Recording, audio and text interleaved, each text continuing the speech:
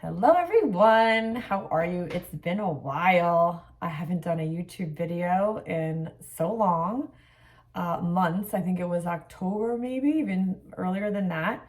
I wanted to do a video today about gift giving and receiving with the narcissist. I got a lot of attention when I recently did a post on Instagram, and I kind of got into a little bit, but not a lot. So let's talk about it. When you're dealing with a narcissist, everything is transactional, everything. So you might hear them use improper salutations like thank you at inopportune times, or weird or awkward times, or I'm sorry in weird or awkward moments, because they're sort of trying to navigate what is for them very transactional and what for you might be an emotional connection. So they're disconnected from that. So if you ever hear the narcissist saying thank you at moments that seem like inopportune or odd or bizarre in some ways, this could be an indicator. This could be a red flag. If you are giving the narcissist a gift, they seem to be very uncomfortable, because for them, they think you're being manipulative, because that's all they do when they're giving you a gift. It's sort of like their love bombing is a feature of their efforts to control you. So if you give them a gift, they're kind of like, well, what are you up to, right? So you're trying to manipulate me. I see you. What are you trying to do here, right? So like, they may become wickedly uncomfortable with the thought of a surprise party or some kind of an offering. And I hear people tell me all the time that they will return gifts or never use them or throw them back in your face. So they are the only ones that are allowed to do love bombing, because the love bombing is not because they give a shit about you. It's only to get that control and then ultimately get the coveted supply. So what it may seem endearing, oh, this person is showering me in gifts, but really they're going to be owning you. That's their motive, not that they care about you receiving gifts. And that's really important to understand when you're dealing with somebody with a personality disorder. That's what's going on. So if you're dealing with love bombing and gift receiving, and it feels very, very fast or inappropriate, that could be a red flag.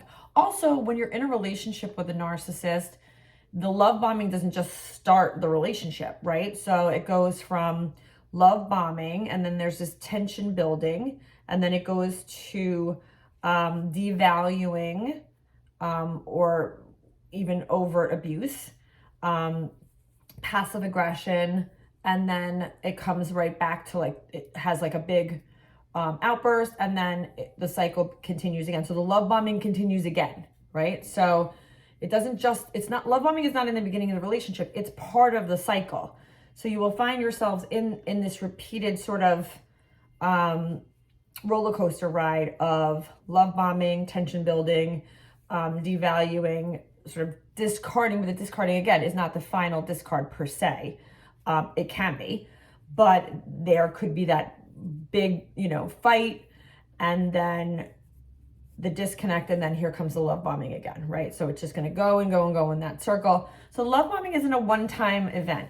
It's something that is part of the process, part of the creating of the confusion and the trauma bond. If you are dealing with a cult, it's the same thing. So if you know anything about a cult or a narcissist, you know everything you need to know about the other. So if you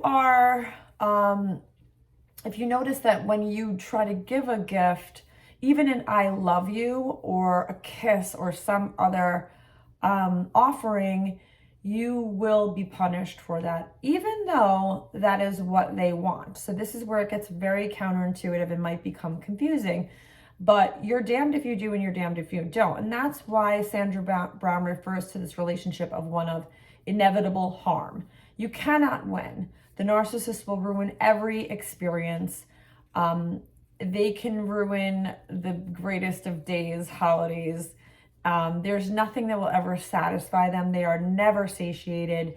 There's nothing that you can do. It is not your fault. But yeah, so you can't sort of give them gifts and let them receive it in earnest and appreciate it. It always comes with that transactional experience and those strings attached. Um, if you find yourself picking up on those moments where you'll say to yourself, well, why is it okay for this person to give me so many things, all, things I'm not even asking for? In some ways, they could be like wickedly disconnected from your desires as well, right? So this person may be gifting you something that you're like, this person doesn't see me. They don't understand that that is not something I would ever want to receive or buy for myself. That can also be an indicator, right? So like it's misaligned with who you are.